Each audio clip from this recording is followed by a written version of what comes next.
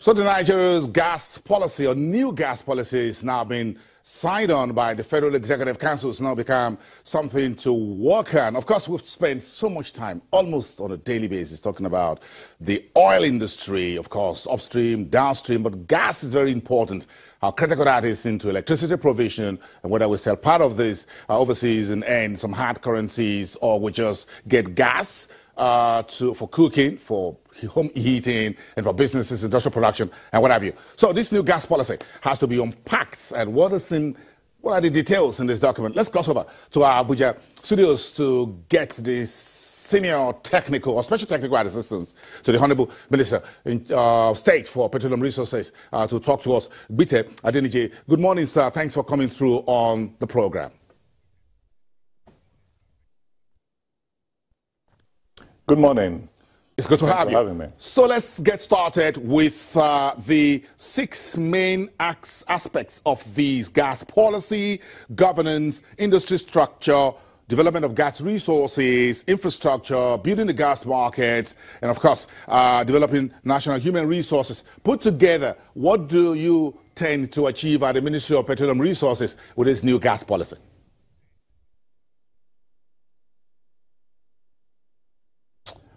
First of all, we're seeking to de-risk Nigeria. If you watch all the various events going on around the world today, you'll find that there's a major shift happening. The industrialized nations are moving away from fossil fuels into renewable energy. And that has a big impact, potentially, on Nigeria. There'll be less demand for oil. If there's less demand for oil, this country will be severely impacted in the long term.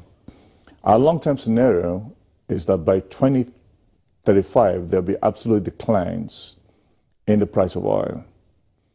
Therefore, Nigeria needs to prepare itself for that time. Nigeria needs to prepare itself for the time when renewable energy will be the main energy use.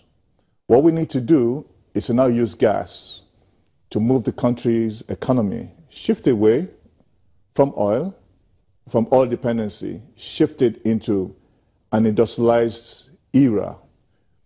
You can use gas to develop major industries, use gas to get into major agricultural production. So basically, we're talking about fertilizers. As for an industrial side, you use gas to develop petrochemicals, because that's really where the big demand will be. All you have to just watch what's going on in China and in East Asia generally, in the midterm and in the long term. That's what's going to happen. Then you got to use gas also to now power this economy. So that's, in a nutshell, that's what we're seeking to do with the gas resources. And that's basically the focus of the policy. Thank you very much for providing that. Thank you for providing that background for us. But let's look at this part of your focus here in transiting from an oil-based economy to an oil and gas-based industrial economy. What does it really mean? Well, it's quite simple, really. Currently, we produce so much oil, which we export in its crude form. Then what happens? We then import all the petroleum products that we use in the country. Then, at the end of every budget year, we start budgeting again based on oil revenues. That's not sustainable into the future. What is sustainable is to have an economy, right, that is diversified as possible. And that's the promise of gas. So we go with the main fact. The biggest thing you have to understand is this. Nigeria's, of all the abundance that Nigeria has, the most abundant natural resource in this country is natural gas. And its utilization is just so low for the major growth in population that we've seen in the last 15 years. And that population explosion, right, is going to continue.